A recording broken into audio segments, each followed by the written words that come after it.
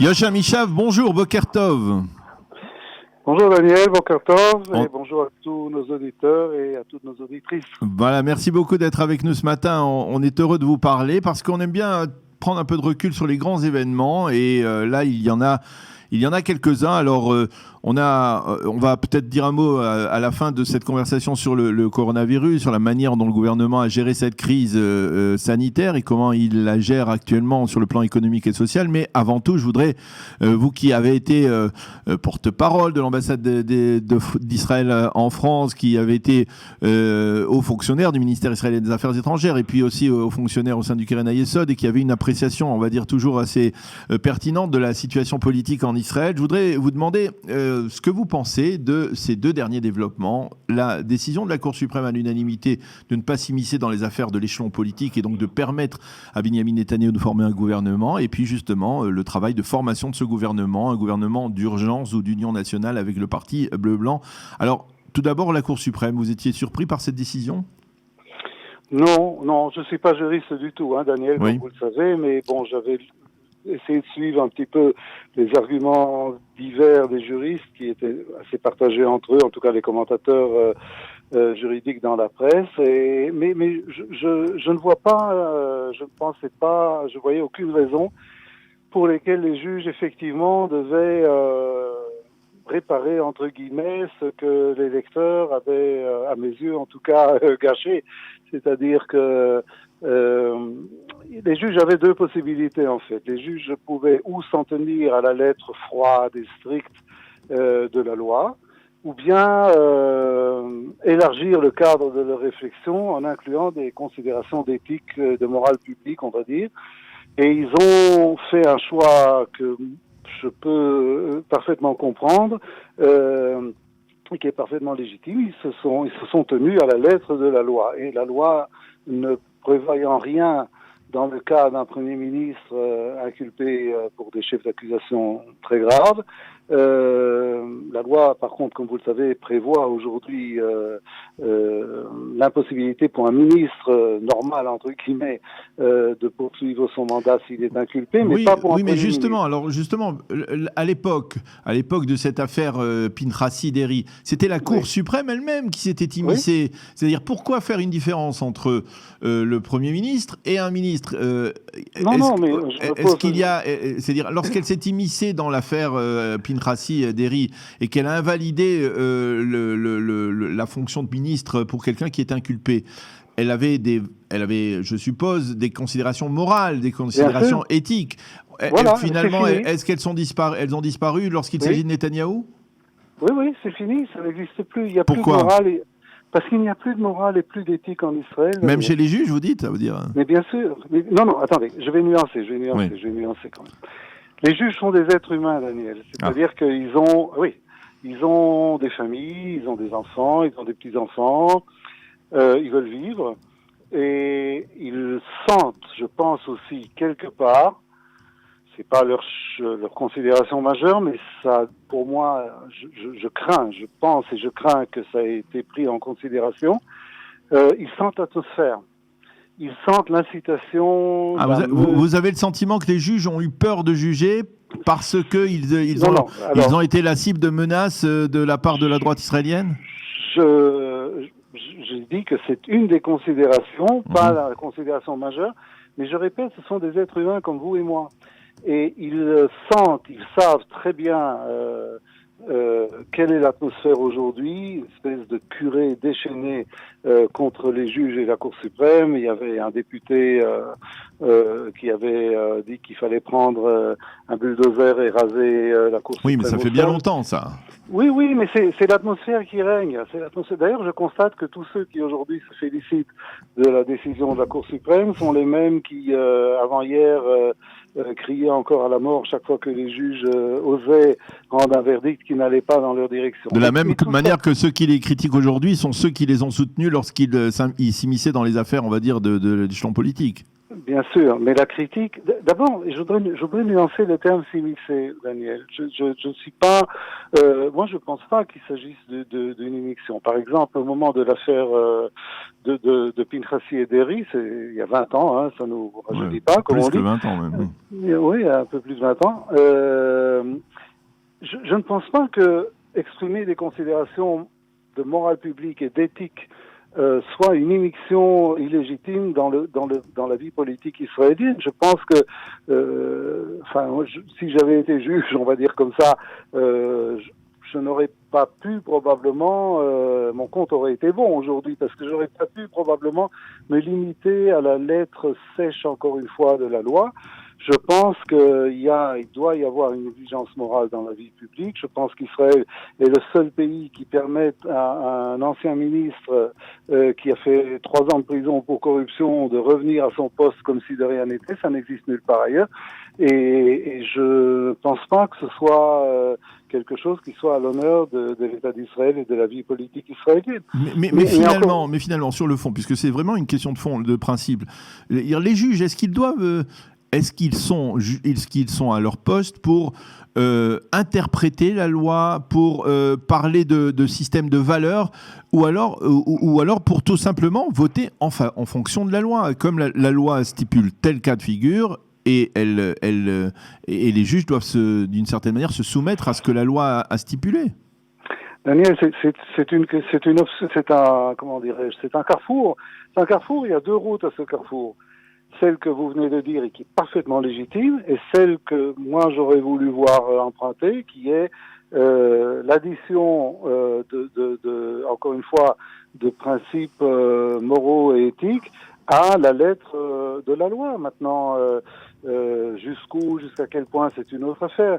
Mais encore une fois, de toute façon, je pense que les gens qui pensent comme moi doivent être extrêmement lucides et finir par comprendre que dans la population juive en Israël en tout cas, il y a une très nette majorité aujourd'hui pour l'abolition en fait de tous les critères moraux et éthiques, et que si vous voulez, la droite israélienne a réussi de manière flagrante et impressionnante, même je dirais, à convaincre la plupart de la population juive qu'effectivement les juges doivent juger comme vous le présentiez il y a quelques minutes. Mais à ce moment-là, Daniel, moi je vous pose une question. Pourquoi est-ce qu'on a besoin de juges? Faisons un tableau Excel sur l'ordinateur. Il y a des colonnes avec les infractions, il y a des colonnes avec les sanctions, il y a une 3e colonne sanction minimum, une 4e sanction maximum. Et puis, vous savez, comme dans les graphes des kilomètres entre les villes là, qu'on a sur les guides touristiques, eh bien, vous faites la même chose. Voilà, celui-là, il a fait ça. Il a piqué dans la caisse. Alors, qu'est-ce que je vois? Colonne 3, peine minimum 2 ans, peine maximum 3 ans et demi. Bon, comme c'est quelqu'un qui a une famille nombreuse et qui a peut-être dû piquer dans la caisse pour entretenir cette famille nombreuse, c'est plus difficile pour lui que pour un célibataire. Allez, on va donner 2 ans et 3 mois. Faisons ça comme ça. Mais par exemple, par exemple, il y a un autre homme qui a eu un rôle déterminant, c'est Avichai Mandelblit, qui. Regardez ce qui lui arrive à Mandelblit.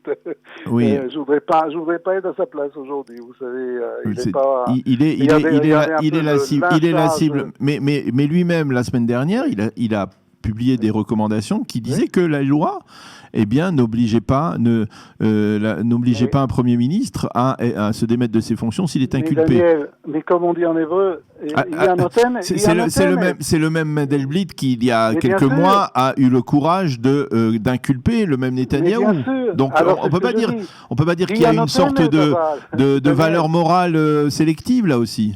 Mais pas du tout. Les gens, mais pas du tout. C'est ce que je dis. L'exemple de Mandelblit confirme parfaitement que les hauts placés de la magistrature et du système juridique israélien, justement, ne sont pas orientés politiquement et qui rendent leurs décisions en leur âme et conscience.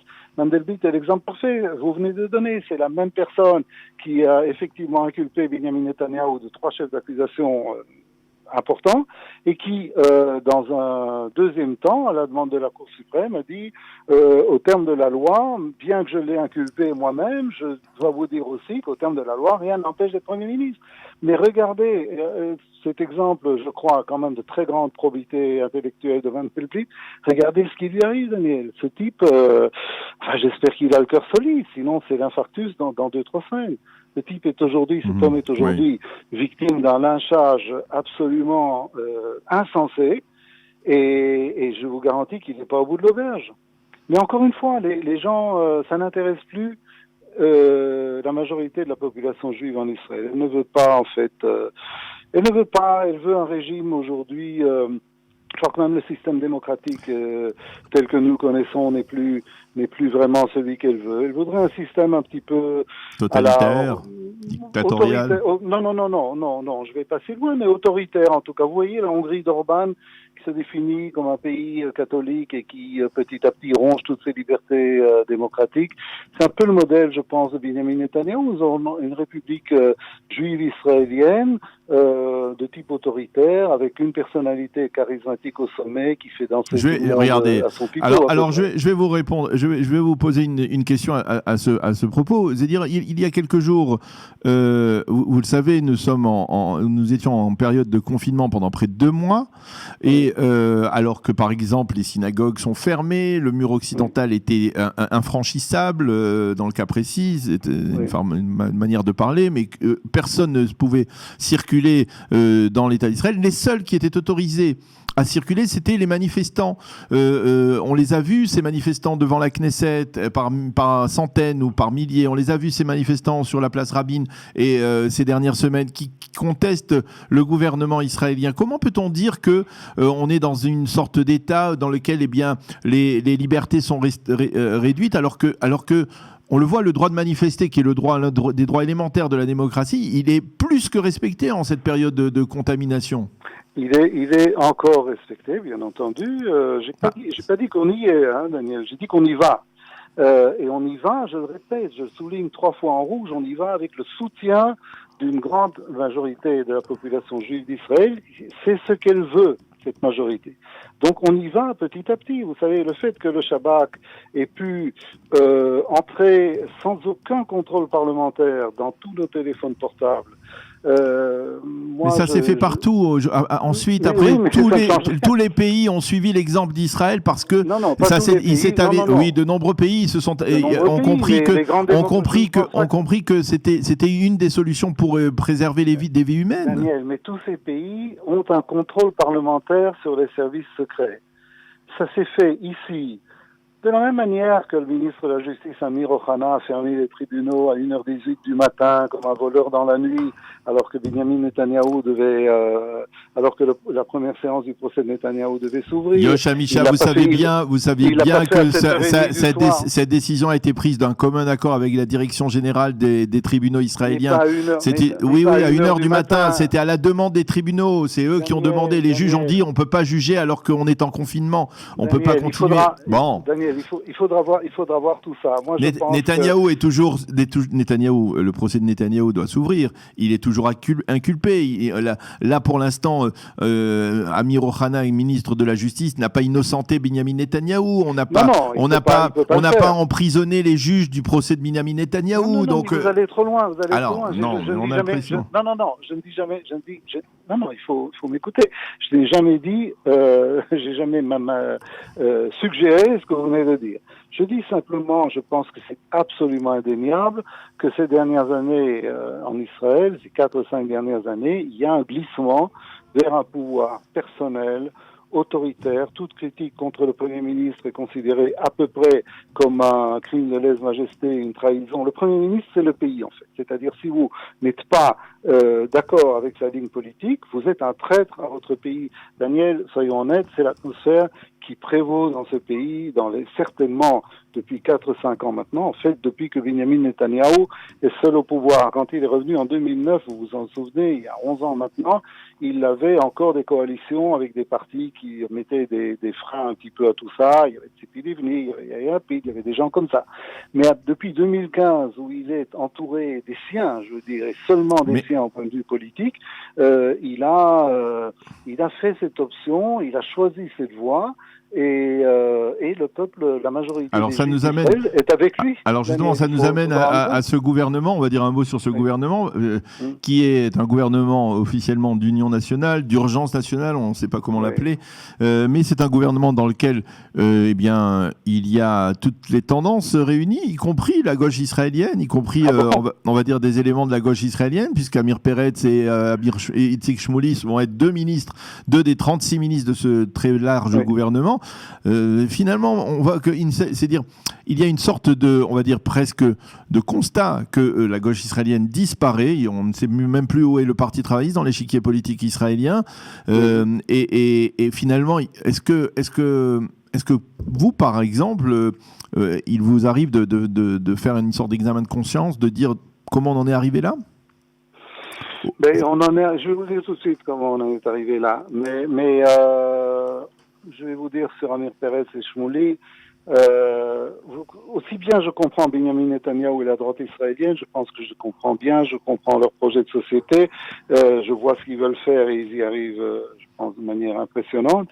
Autant eux, je ne les comprends pas du tout. C'est une baleine qui est venue, le Parti travailliste, c'est une baleine qui est venue s'échouer et mourir sur la plage. Ils n'ont absolument rien à gagner à entrer dans cette coalition. Ils n'auront aucun pouvoir, aucune possibilité de prendre à leur crédit une intervention sociale au point de vue des dégâts sociaux, économiques très graves quand même qu'a fait le corona en Israël au-delà des victimes humaines, etc.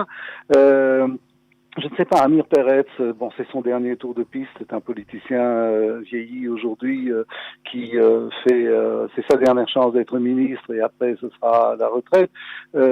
Donc ça encore éventuellement. Shmouly, c'est un jeune parlementaire qui a été très actif dans les questions sociales, qui a éveillé de grandes espérances, d'une grande probité.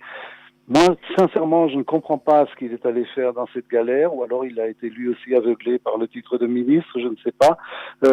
Mais en tout cas, lui, il a bousillé sa carrière politique. À droite, ils n'en voudront pas parce qu'il a des positions très colombes sur la question palestinienne. À gauche, évidemment, ou si le reste de la gauche, il n'a pas où revenir, si vous voulez, si je peux dire comme ça. Mais ça, vous voyez, ces deux-là, par exemple, je ne les comprends pas. Alors, comment on en est arrivé là? Mais je pense que c'est assez simple, Daniel. Il y a un principe de base qui s'est imposé que dans la majorité de la population juive en Israël aujourd'hui, depuis quelques années, je le répète. Le principe, c'est le suivant.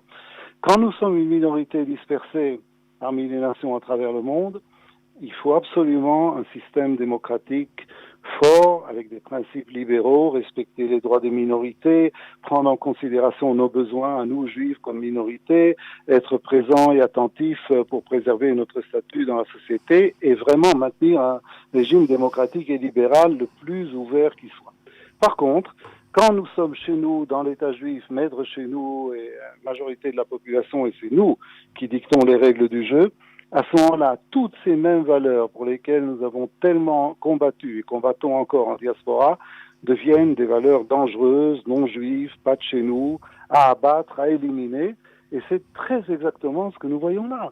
Et dans une atmosphère comme celle-là, il est évident que la gauche israélienne ou ce qu'il en reste, quand elle tente désespérément avec ses dernières énergies de faire entendre les principes les plus élémentaires des régimes démocratiques, l'égalité entre les citoyens, toutes ces choses-là, elle est vue aujourd'hui comme traître aux valeurs juives en fait, c'est-à-dire les mêmes valeurs pour lesquelles nous nous battons et que nous exigeons pour nous en France, en Belgique, en Hollande, en Allemagne, un peu partout.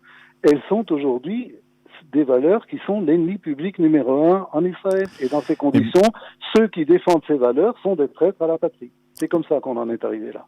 Eh bien, Yoshua Michav, on aurait bien discuté encore avec beaucoup de plaisir avec vous pendant quelques minutes, mais nous avons la revue de la presse sur Studio Kalita et sur les radios juives dans moins d'une minute maintenant. On vous remercie beaucoup d'avoir été avec nous ce matin. Daniel. Bonne continuation et bonne journée. Shavua Tov, à bientôt.